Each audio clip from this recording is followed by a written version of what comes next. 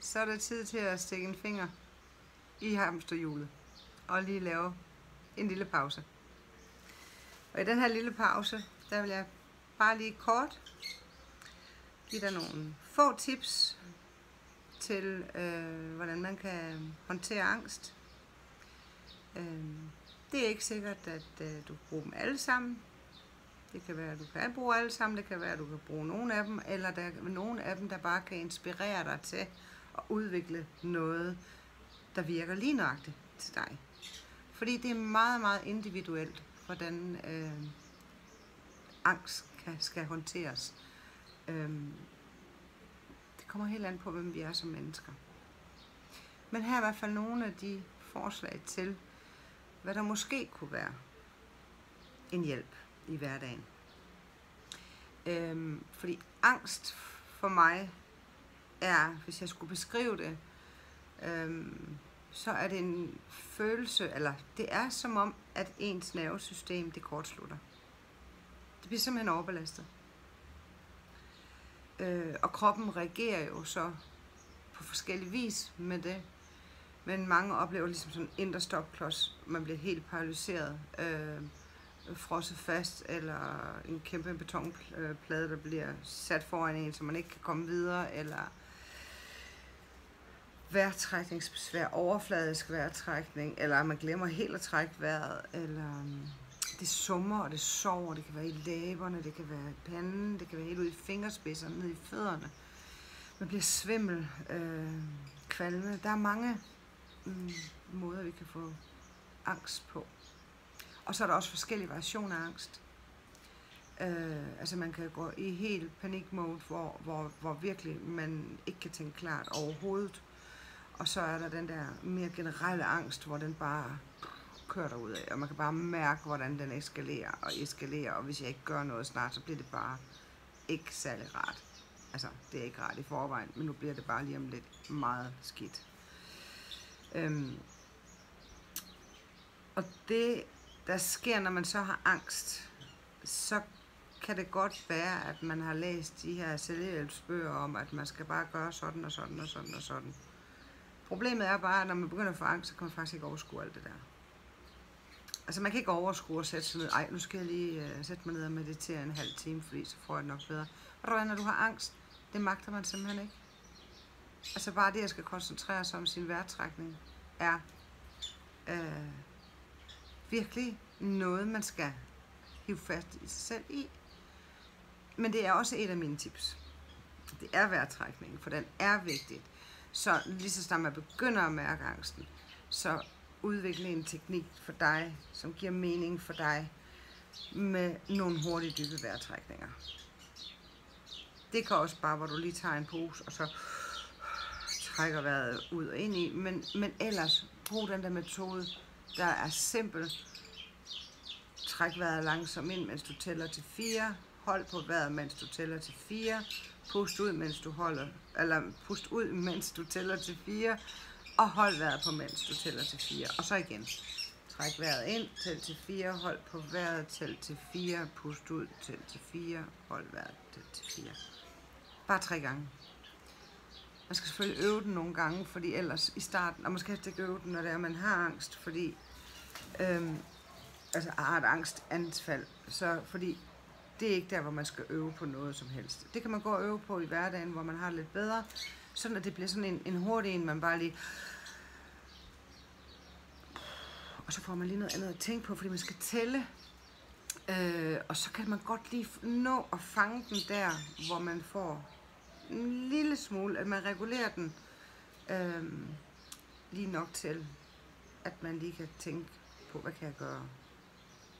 Men lige lidt tilbage til det med, hvad er angst? Altså som jeg altid beskriver det, som jeg ser fra mit indre billede, så forestiller jeg mig, at vi alle sammen, vi har sådan lidt, det jeg kalder for et psykisk filter. Det er ligesom sådan et fiskenet med bitte små huller. Og det har vi alle sammen. Og det net, det sorterer. For eksempel hvis du og jeg, vi sidder og taler sammen, så sorterer det, at fuglene, de sidder herude og pipper. Derfor kan jeg stadigvæk godt koncentrere mig og tale med dig. fordi mit psykiske net, sorterer det fra. Så kan det være, at telefonen den ringer ind i stuen lige om lidt, men jeg registrerer det bare, og så kan jeg roligt tale videre med dig. Og hunden begynder at sidde og pive, men det er fint nok. Jeg registrerer det, og så taler jeg videre med dig. Men mennesker, der har fået angst, der er det der psykiske net, det er simpelthen blevet slidt op.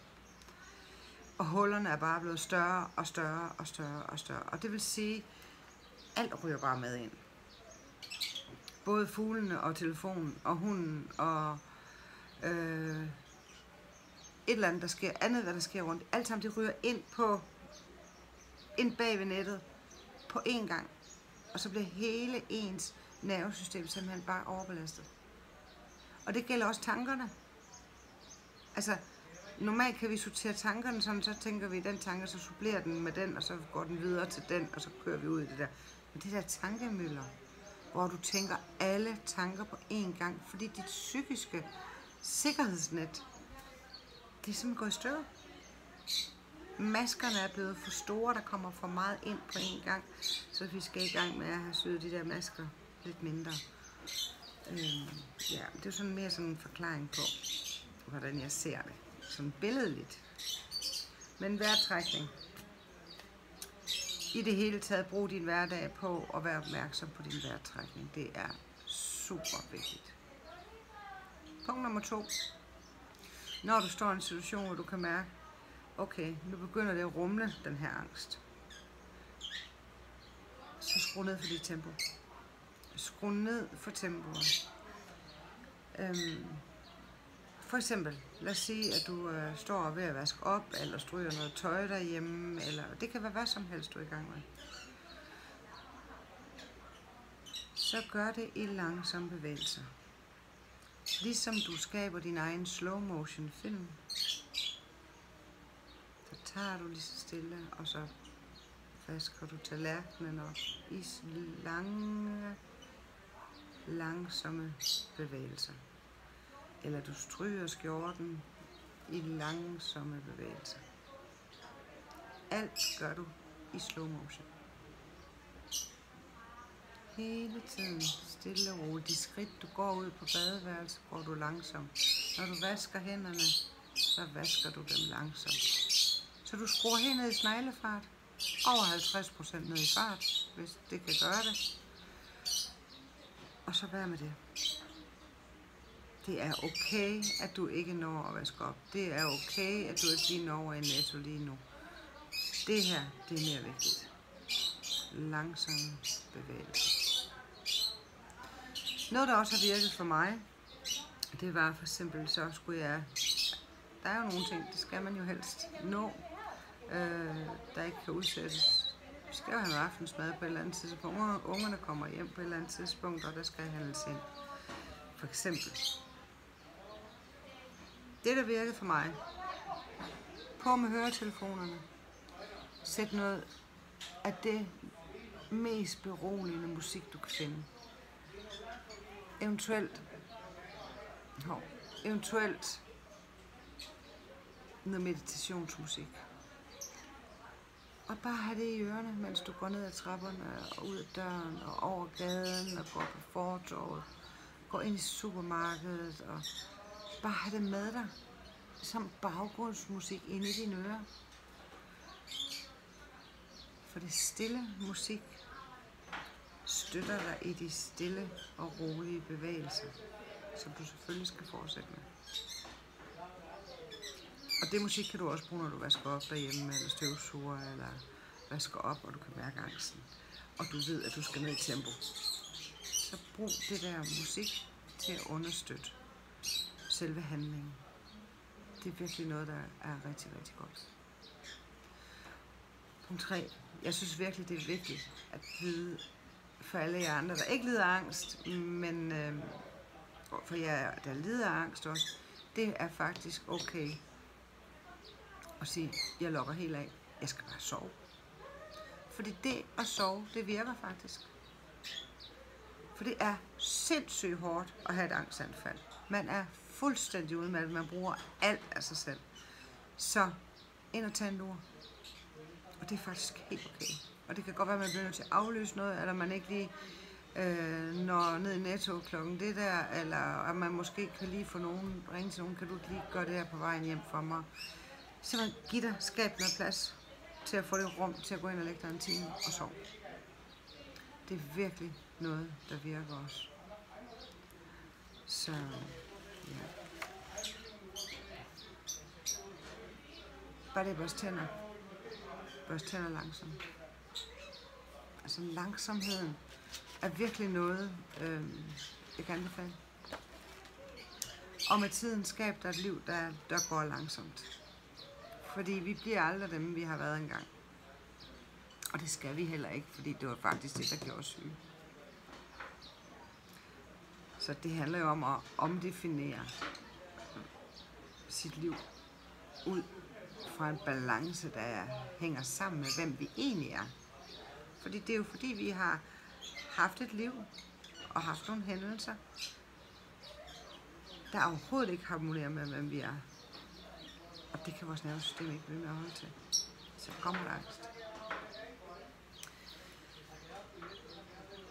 Jeg tror, jeg nåede til punkt 4. Ja. Vær åben om din angst. Det er okay at have angst. Der er masser af mennesker derude, der har angst. Og det mere vi tør at tale om det, det mere tør alle andre også tale om det. Og det større chance er det også for, at folk de kan forstå, dem der ikke lider af det, hvad det er. For der er rigtig mange derude, der simpelthen ikke forstår det. Og det er en usynlig sygdom, og det er meget nemmere at have et brækket ben. Fordi det kan folk forholde sig til, at du ikke kan det og det og det.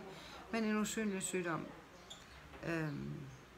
det forstår folk ikke. Og det kan man ikke, altså det kan man ikke fortænke dem i, fordi selv når man læser om det i bøgerne, hvad angst er, det nærmer sig ikke det, som det er i virkeligheden. Så hvordan skal man kunne sætte ord på det? Men det mere man bare er åben om det, så får man for det første, kommer man af med det. Men efterhånden, så begynder folk også at lægge mærke til, når du har angst, og kan begynde at få en forståelse for det. Og så bliver verden lidt nemmere at være i, når man ikke skal skjule det. Eller lade som om, når man har det rigtig skidt. Og selvfølgelig er det jo ikke sådan, at vi skal lade angsten fylde, så vi identificerer os med, at vi er den, der har angst. Fordi det kan godt gøre det værre, men vi skal også give plads til det. Den der med, hvordan det kan gøre det værre, den tager jeg i en anden video. For det er faktisk super interessant emne, som jeg helt klart kommer til at tage op om ikke så længe. Ja. Og i det lange løb, punkt 5.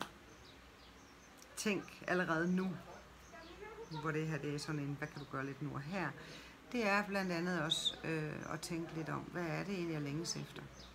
Hvad er det, jeg brænder for? Hvad er det? Ja, nogle gange ved man jo ikke engang, hvad det er, man brænder for. Men jeg er sikker på, at når du bliver berørt af forskellige situationer, så ligger der en længsel inde bagved. Prøv at få øje på det. Hvad er det, du længes efter? Er det kærligheden? Er det roen? Er det kærligheden til dig selv? Er det en drøm om et eller andet, som bare ligger så langt væk, at du slet ikke kan overskue, hvordan det skulle blive til noget? Så lav det til delmål. Og det, apropos delmål, vil jeg virkelig anbefale at lave alting til delmål, når det er, man har angst. Altså, har du et skrivebord, der skal ryddes op på, og du har angst, så lad være med at tænke, at du skal rydde op på hele skrivebordet. Det kan være, at du siger, nå, nu skal jeg i hvert fald lige have alle kuglepennene lige lagt op i den der krukke der. Og så er der pause. Så laver du noget andet. Gå og tager lidt at drikke, eller hvad er det, du plejer at gøre. Og så kan du sætte dig det næste mål og sige, okay, nu skal jeg have alle de løse papirer rundt omkring, dem skal jeg lige have lagt over på spisebordet, fordi nu skal de lige lægges i nogle bunker. Men inden du lægger dem i bunker, så lægger du det hele i en bunke. For så er det nu afskueligt, i stedet for papir over det hele. Og så kan der være nogle andre ting på bordet, du skal tage i næste omgang. Og jeg ved godt, det lyder helt tosset, at man kun tager kuglepenne nu, og så klipsene og hulmaskinen om lidt. Men vi skal faktisk helt derned i de små detaljer, som små delmål, og det virker. Så kan det være papirsbunken, vi skal have lagt i mapper. Det er umuligt at overskue. Men det man måske kunne gøre, lave et delmål, der hedder, nu deler jeg den bunke herop i emner. Og så har du måske 5 emner der. Og så kan du lægge dem hver emne i en plastikmappe, og så kan du gemme dem til næste gang, du kan overskue det. Det samme kan det være med at vaske op. Jamen, det kan være, at du ikke kan orke at vaske op, men så kan det være, at du kan orke og sige, jeg skal bare udskylde af. Og så holder jeg en pause, så laver jeg noget andet. Og næste gang du lige har lidt kræfter, så går du ud og vasker tallerkenerne op. Og lader resten ligge. Og næste gang så er det bestikket. Og så en pause. Og så kan det være glassene. Og en pause. Og så kan det være, at du skal tørre tallerkenerne af og holde en pause, inden du tørrer bestikket af og holder en pause. Og det kan du egentlig overføre til alt i dit liv. Altså simpelthen delmål. Bitte små delmål, som bliver overskuelige. Og ja, det tager lang tid, men det skal det også. For du skal helt ned i tempo. Helt ned i tempo. Og så ikke for meget stimuli, vel? Hold dig væk fra telefonen. Hold dig væk fra fjernsynet. Hold dig væk fra alt det, der giver stimuli udefra. Du skal have ro. Jeg håber, at noget af det her, det kan hjælpe dig bare en lille smule på vej. Måske kan du bare være en lille smule inspireret af det, håber jeg. Måske har du fået en god idé til, hvad der vil lige passe til dig. Og jeg er her. Kender meget til det emne, og vil også gerne hjælpe dig med det, hvis du får brug for det. Så, men held og lykke med det derude, og jeg ønsker virkelig, at du finder nogle gode metoder, der passer lige nøjagtigt til dig. Ha' det godt derude. Hej.